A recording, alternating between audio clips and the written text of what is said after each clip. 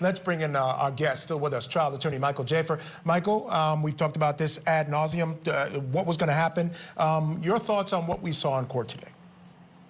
I was a little bit surprised. I'll be honest with you. Yeah, I agree that the factual basis was very favorable to him. Looking forward to the sentencing, but I was surprised that there was not a reduction. That there was not some sort of a plea agreement on that would tend to say this is what you're looking at, and the maximum sentence. I was surprised by that, because had it not been for this kid, the mother would not have been convicted. There wouldn't have been enough evidence. The video was bad, but the text messages were nothing, right? It was his testimony, and he leaned into getting his mom convicted. He did the right thing. I was a little bit surprised by that, because now it's in the hands of this judge. This judge is a good judge.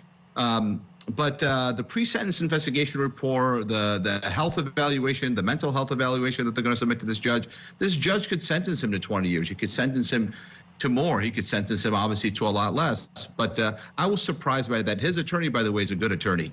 So I have to assume that they did the best they could, and that was the best they could have. There have been cases I've been involved in where if you were looking at the case from the outside, you would have said, why would that attorney let his client testify or do something? And what they don't know behind the scenes is it's not really up to the attorney a lot of the times. Clients make these decisions. I have to assume that this defendant wanted this to happen this way, and it's not that that's the best that his attorneys could have done for him. I just have to assume that, because again, that attorney's a good attorney.